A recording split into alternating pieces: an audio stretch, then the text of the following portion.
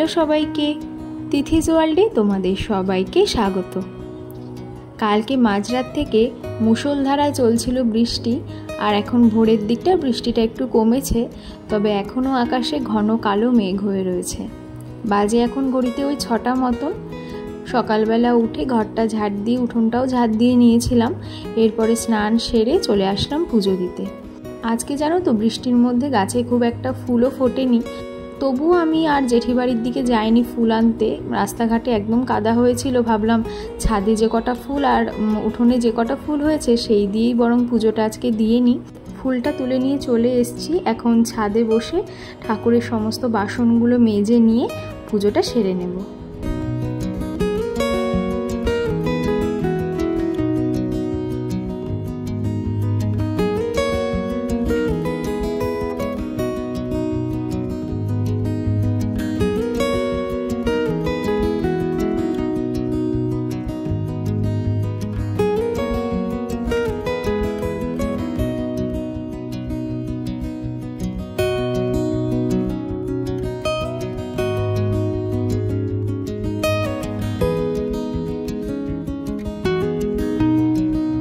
পুজো দিয়ে নামতেই দেখলাম আকাশে মেঘ কেটে গিয়ে ভালো রকম রোদ উঠেছে।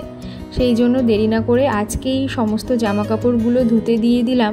আসার পর থেকে 2-3টে বিছানার চাদর, তার সাথে বালিশের কভার, আরও অনেক জামা কাপড় ছিল যেগুলো ধোয়া খুব দরকার ছিল।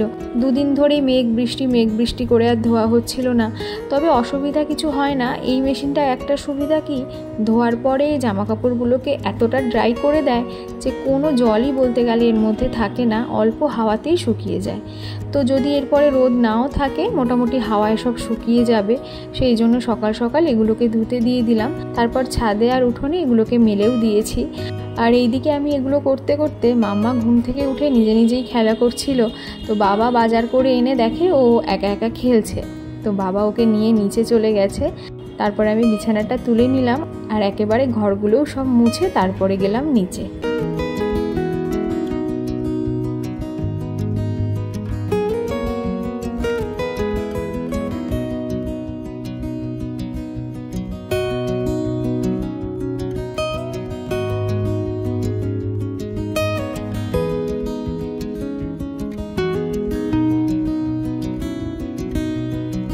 আজকে সকালবেলা কাকা কয়েকটা গাছের আম দিয়ে গেছিলো, আমগুলো প্রচণ্ড মিষ্টি ছিল।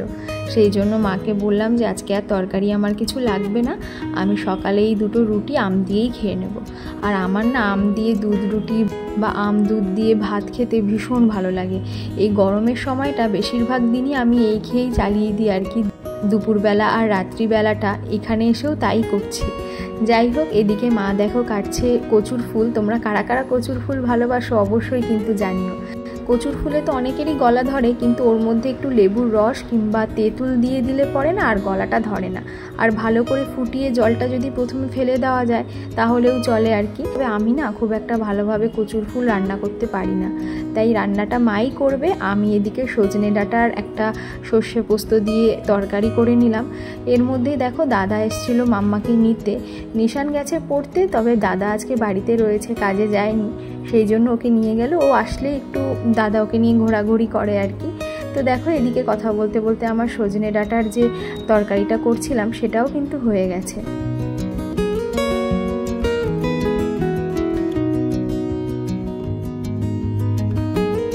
আর বাজার থেকে আজকে মাছ এনেছে বাবা, শিঙি মাছ। সেই জন্য মাম্মার জন্য আলু আর ঝিঙে কেটে নিয়েছি, আর আমাদের আলু আর গাঠি কচু দিয়ে করব এই মাছের ঝোল। তাই আর মাম্মার জন্য আলাদা লঙ্কা ছাড়া মশলা করে নিয়েছি, আর আমাদেরটা লঙ্কা দিয়ে। তো এবার ঝটপট করে রান্নাটা সেরে নিই।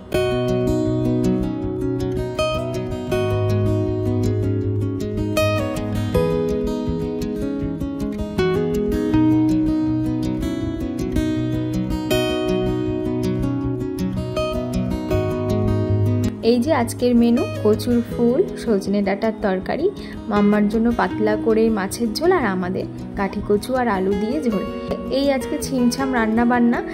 এরপরে গ্যাস কাউন্টারটা ভালো করে ধুয়ে নেব আর বাসনপত্রগুলো সমস্তটা মেজে নেব। তারপরে ঘরটা মুছে মাম্মাকে যাব জেঠি বাড়ি থেকে আনতে।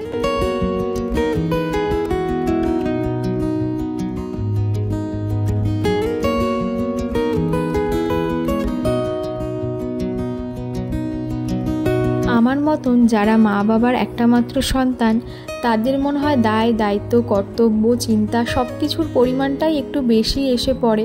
সে একটা ছেলে হোক বা মেয়েই হোক, সময় যত যাচ্ছে তত যেন এই জিনিসগুলো আমি অনেক বেশি উপলব্ধি করতে পারছি।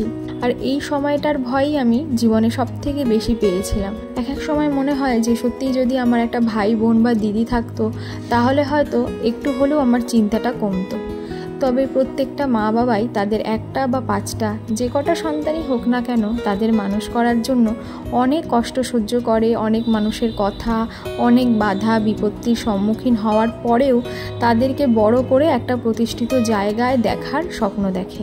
আমার মা বাবাও আমাকে ঠিক তেমনভাবেই বড় করেছে, তবে সন্তান হিসেবে আমি তাদেরকে কিছুই দিতে পারিনি, বরং নিজের জানতে বা অজান্তে দুঃখ বা আঘাতই হয়তো বেশি দিয়ে ফেলেছি।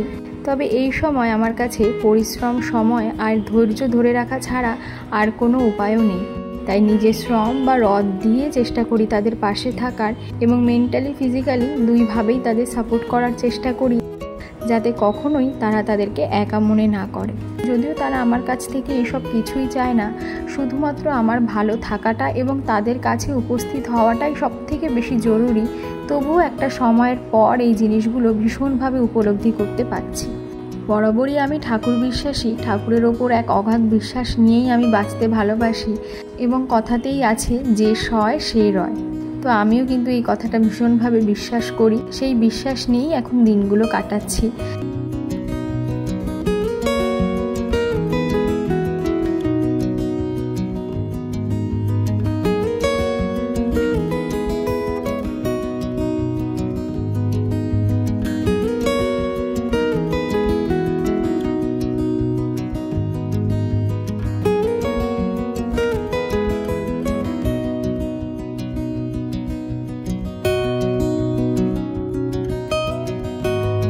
এদিকে দেখো কথা বলতে বলতে সন্ধে হয়ে এসছে। বিকেলের দিকটা এত ভালো লাগছিল আকাশটা, অনেকটা সময় ছাদে ঘোরাঘুরি করছিলাম। এরপরে নিচে এসে চা করে নিয়ে বসলাম চা খেতে। আর এখানে দেখো মা প্রতিদিন সন্ধেবেলা মানে সিরিয়াল দেখার একটা বড় নেশা রয়েছে মার। এখানে আসলেই আমার না মার সাথে বসে বসে এই সিরিয়ালের নেশা হয়ে যায়। যদিও সিরিয়াল একদমই আমি দেখি না বলতে গেলে, কিন্তু ওই যে আমার বিয়ে হয়ে যাওয়ার পর থেকে মা একেবারেই সঙ্গীহারা হয়ে যাওয়াতে সন্ধে থেকে ওই সিরিয়ালের নেশা করে বসেছে। তাই এখন যখনই আসি সারাদিন একরকম, সন্ধ্যের পর থেকে মার আর কোনো কথা নেই, শুধু বসে বসে একটার পর একটা সিরিয়াল দেখে। তো দেখো চা খাওয়ার পরে চলে এসেছি সিঁড়িঘরটায়। এই ঘরটা আগে খুব একটা ব্যবহার হতো না, কিন্তু এখন থেকে এই জায়গাটা মা যাতে থাকতে পারে সেরকম ব্যবস্থা করে দিচ্ছি। তাই এখানে যে ডিমান্ডটা রয়েছে এইটার চাদরটা চেঞ্জ করে দিয়ে একটা পরিষ্কার চাদর পেতে দিলাম, আর বালিশও দিয়ে দিলাম, যাতে মানে সকাল থেকে মা এখানেই একটু শুয়ে থাকতে পারে। ওপর নিচ করা তো এখন একেবারেই বন্ধ, সেই জন্য সকালের পর থেকে যাতে সারাদিন এখানেই একটু শুয়ে বসে বিশ্রাম করে কাজকর্ম করে মানে সময়টা কাটাতে পারে, সেই জন্য এই ঘরটা ভালো করে পরিষ্কার করে থাকার উপযুক্ত করে দিলাম। আরও একটা বড় কাজ রয়েছে, এটা করব পরের দিন।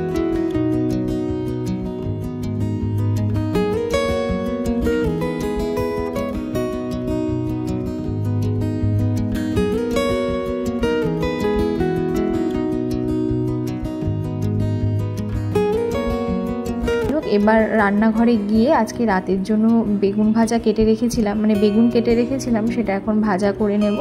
কারণ মাম্মাকে রাতে বেগুন ভাজা দিয়ে ঘি দিয়ে ভাত খাওয়াবো, তাই বেগুন ভাজাটা বসিয়ে দিলাম। আর ওইদিকে বাবা যখন দোকানে বেরোচ্ছিল, মাম্মা তখন আবদার করে বসেছে আমি সন্দেশ খাবো।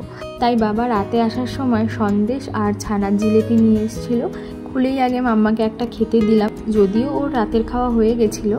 তো এরপরে আমরাও খাওয়া দাওয়াটা সেরে নেব, আর এর সাথে আজকের ভিডিওটাও এখানেই শেষ করছি। কেমন লাগছে আমার ভিডিওগুলো সেগুলো তোমরা অবশ্যই কিন্তু কমেন্ট করে জানিও। যারা যারা আমার প্রতিদিন ভিডিওগুলো দেখো তাদেরকে রিকোয়েস্ট করব তোমরা একটা করে কমেন্ট আমাকে করো, এবং প্রত্যেকটা ভিডিওতে আমি সেই কমেন্টগুলো কিন্তু মেনশন করব। আর তোমাদের কমেন্ট পেলে এবং সাপোর্ট পেলে আগামী দিনগুলোতে আমি আরও ভিডিও বানানোর মোটিভেশন পাবো, এবং নতুন কিছু তোমাদের সাথে শেয়ার করার সাহসটাও পাবো।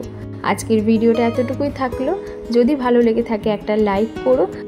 আবারও খুব তাড়াতাড়ি দেখা হবে নতুন ভিডিওতে। সবাই ভালো থেকো, সুস্থ থেকো। Thank you.